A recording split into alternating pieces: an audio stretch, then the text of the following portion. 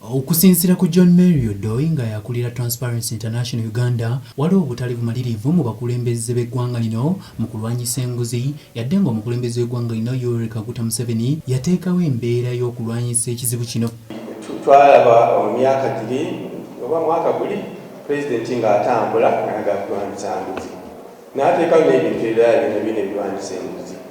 Naye ndowooza muwulidde omukulu wa IG ng'agamba nti oba bakalika abalingako ba 10 biliyoni baki n'emiliyoni mmeka zibaakava oba ezibuze togera mu tuliyoni na tuliyoni. Agattako nti okusobola okwewala obuli bw'enguzi kiviira ddala ku miwendo egigerekebwa ku mirimu ko n'ebikozesebwa ng'emiwendo gino gibeera gikontana buli kadde. Ebintu ebikolebwa oba contracts ezikolebwa mu Uganda nti emiwendo gya prices, emiwendo gya contracts ebintu ebikolebwa mu Uganda nti ate sente zibeera nnyingi ne zisukkawo. Waliwo ya example ey'enguudo ezikolebwa mu Uganda nti oluguudo olumu olukolebwa mu Uganda luyinza okuvaamu enguudo nga 3 mu nsi endala.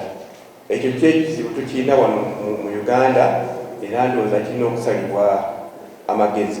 Peter Wandera, omukungu mu kitongole kino, agamba nti baliko amagezi ge bawadde gavumenti okusobola okumalawo obuli bw'enguzi omuli okunyweza ebitongole bya gavumenti, obwerufu n'embalirira ya buli kimu ko n'ebirala bingi. Tulina okulaba nti ebyokugula ebintu ebikozesebwa mu gavumenti, public procurement, nti tulaba nti tukosa obwerufu obw'amaanyi. Netulaba nti waliwo ne accountability. Eno procurement process okugula ebintu ebikozesebwa mu gavumenti tubikola tutya? Tuyita mu mitendero gitya? Waliwo kye bayita fair pricing, waliwo kye bayita fair competition.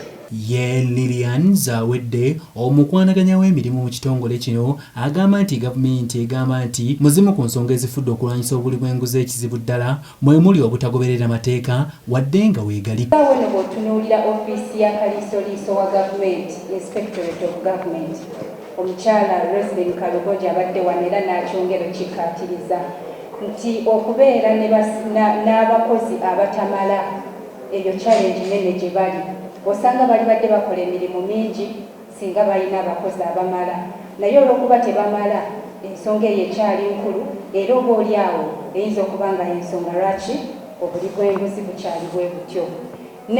Okusinziira ku kunoonyereza ku Transparency International mu bugwanjuba bwa Africa, Uganda ekwata ekifo kya 4 mu bulyake so nga ate erina obutundutundu 27 ku buli 100 nga kino kijjisa mu kifo kya 142 ku nsi eziwerera ddala 18 ezatunuliddwa omwaka oguwedde ogwa 2020. Mu myaka egizze gibaawo ebimu ku bitongole bya gavumenti ebisinga okunywa mu binnaakendo mu bulyake mwe muli ekitongole kya poliisi kw'ogatta n'essiga eddamuzi nga kino bano bagamba nti kiva ku ngeri ebitongole bino gye bikolamu emirimu gyabwe.